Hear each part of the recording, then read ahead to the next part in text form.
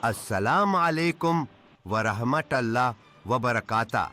आज हम एक नहायत अहम मौजू पर बात करेंगे और वो है दज्जाल का तसव्वुर।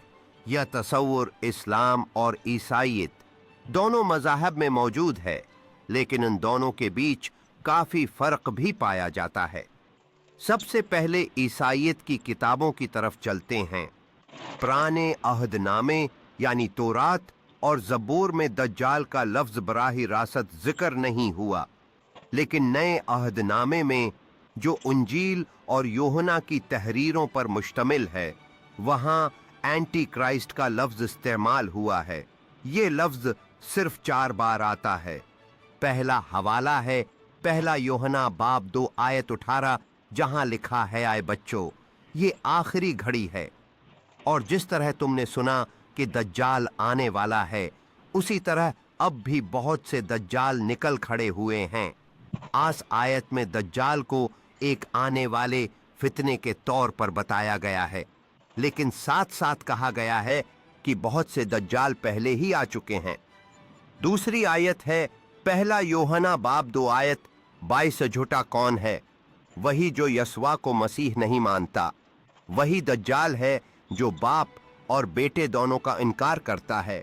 यहाँ दज्जाल की तारीफ ये की गई है कि जो लोग यस्वा को मसीह न माने वही दज्जाल हैं। तीसरी आयत है पहला यूहन्ना बाब 4 आयत 3, वो रूह जो यस्वा को इकरार न करे वो खुदा की तरफ से नहीं, बल्कि वो दज्जाल की रूह है जिसके आने की खबर तुम सुन चुके हो और वो अब दुनिया में मौजूद है।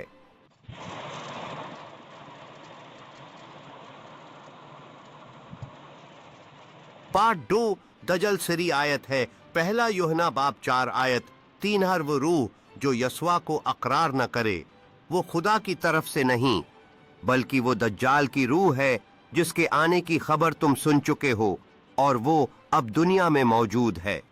आस आयत में रूही दज्जाल का जिक्र किया गया है। चौथी और आखिरी जगह दूसरा यूहन्ना बाब 1 आयत 7 है, क्योंकि बहुत से धोखेबाज दुनिया में निकल आए हैं जो ये अकरार नहीं करते कि यस्वा मसीह जिस्म में आया। ऐसा आदमी ही धोखेबाज और दज्जाल है। आन तमाम हवालों से ये बात वाज़ेह होती है कि ईसाईयत में दज्जाल किसी एक खास शख्स का नाम नहीं है, बल्कि ये लफ्ज़ हर उस गरवा या शख्स के लिए इस्तेमाल हुआ है जो यस्वा मसीह को खुदा का बेटा या मसीह न माने या उसकी आमद का इनकार करे। यानी ये ज़्यादातर एक नज़रियाती या अक़ीदती दज्जाल है, न कि कोई एक इंसान। अब आइए इस्लाम की तरफ। इस्लाम में दज्जाल एक हकीकी और जिंदा शख्सियत है जिसका जिक्र कुरान करीम में तो बराह रास्त नहीं, लेकिन रसूल अल्लाह की अहादीस में बहुत तफसील से आया है। दज्जाल को अल मसीह अद-दज्जाल कहा गया है, यानी झूठा मसीह। वह क़यामत की बड़ी निशानियों में से एक है और उसे तमाम फितनों में सबसे बड़ा फितना करार दिया गया है।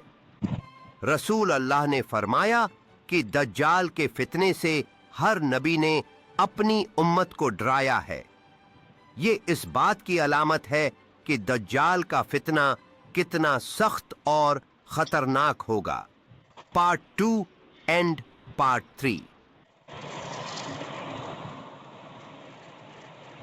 पार्ट 3 रसूल अल्लाह ने फरमाया कि दज्जाल के फितने से हर नबी ने अपनी उम्मत को डराया है। ये इस बात की अलामत है कि दज्जाल का फितना कितना सख्त और खतरनाक होगा।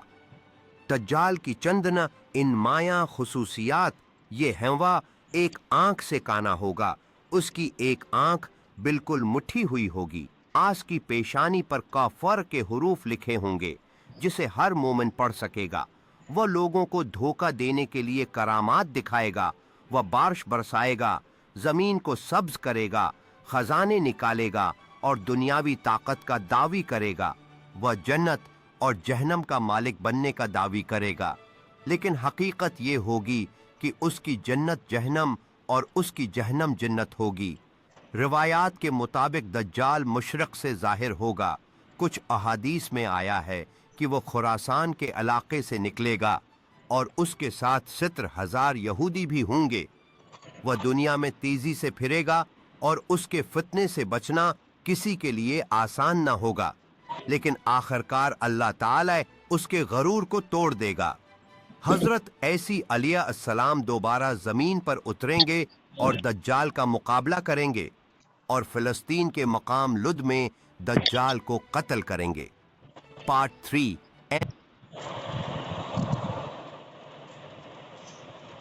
Last part kindly subscribe my channel. Mirza Muhammad Ali نے جو الفاظ نبی پاک کے بارے میں بیان کیے ہیں، میں بطور مسلمان اس کی سخت مذمت کرتا ہوں اور اس کو کڑی سے کڑی سزا ملنی چاہیے تاکہ کوئی بھی آنے والے وقت میں اس طرح کی بات دوبارہ نہ کہہ سکے۔